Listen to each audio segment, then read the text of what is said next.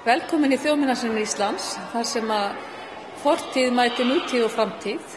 Þjóðminjasafn Íslands er höfuðsafnasviði þjóðminjavörslu og leiðandi á því sviði hér á landi. Þjóðminjasafn er safn allra og við leggjum mjög mikla áherslu á aðgengi fyrir alla og allir þeir gripir sem við sýnum í Þjóðminjasafninu segja sögu fólksins sem bjó í landinu.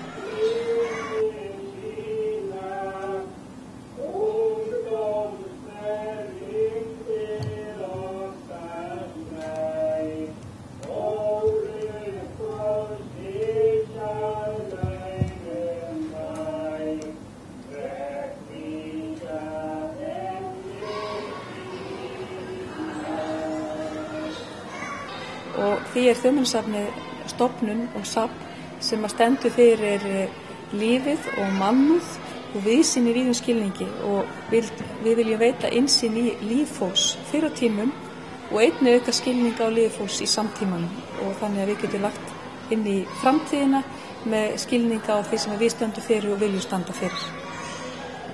Lykilgripirnir eru nokkurs konar vörður í gegnum Íslandssöguna í grunnsýningu Þjóðminjasafnsins.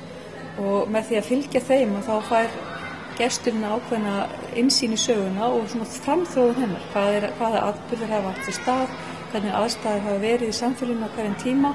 Þannig förum við frá heiðnum tíma með Þórslíkneskið yfir í frumkristni með Ufsakrist og tíma kaþólsku kirkjunnar og veldi kirkjunnar fyrir siðaskipti með því að skoða Valþjófsstaðafjörðina, tíma siðaskipta þegar Guðbrandsbiblía er prentuð yfir íslensku og síðan fína drykkjarhornið þar sem við reynum upplifum veldi embættismanna tíman eftir siðaskipti þegar Ísland er hluti af Danmörku.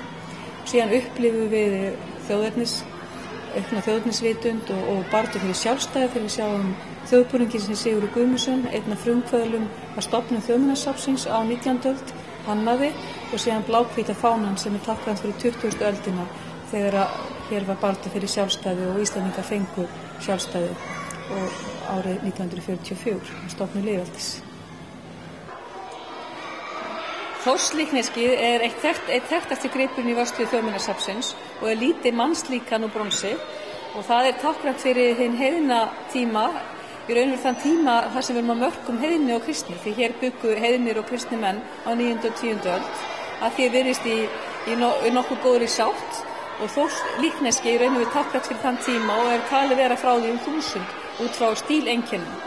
En það menn hafa verið að deila það eða rökræða það hvort að þetta sé gripur sem tákni hinn heiðna guð norrænna manna, Þór, eða sé jafnvel kristlíkneski, að þetta litla mannslíkan haldi á hamri eða krossi.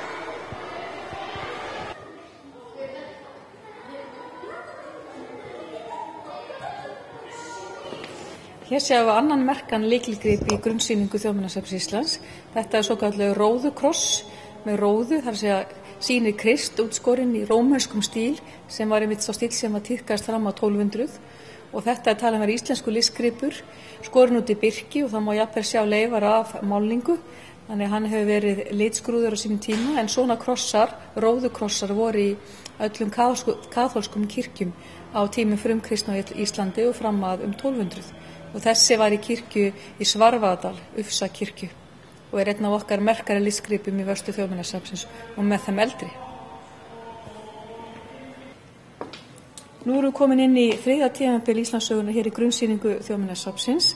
Hér höfum við hérna stórmerku Valþjófsstaðahurð sem var í kirkjuna Valþjófsstaði austur í landi og er talin vera frá því 1200.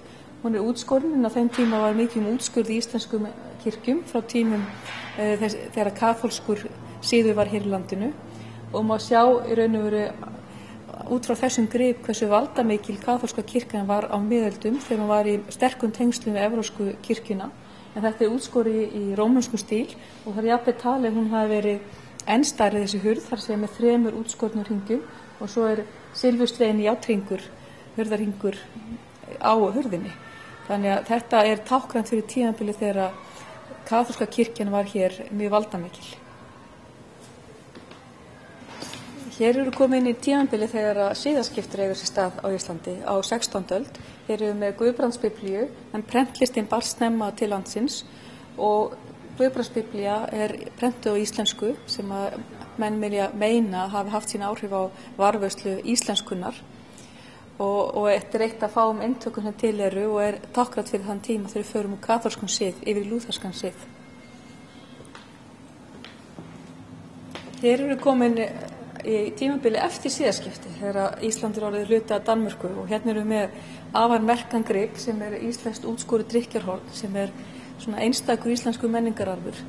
Myndskurður sem sýnir sögur úr Biblíunni og nú táknrænt fyrir það tíma þegar hér eru komin embættismenn og yfirstétt í landinu og breyttir tímar eftir siðaskipti þegar Ísland orðið hluti af Danmörku.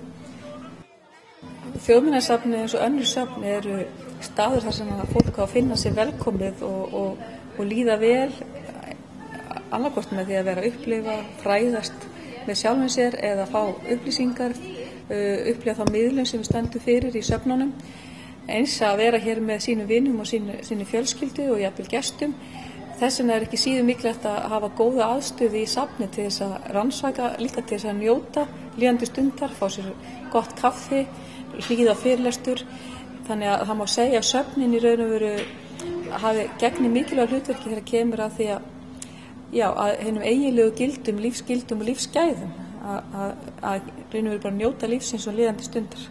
Það er það sem að söfnin kannski standa fyrir ekki síður en rannsóknir og varðveislu og miðlun.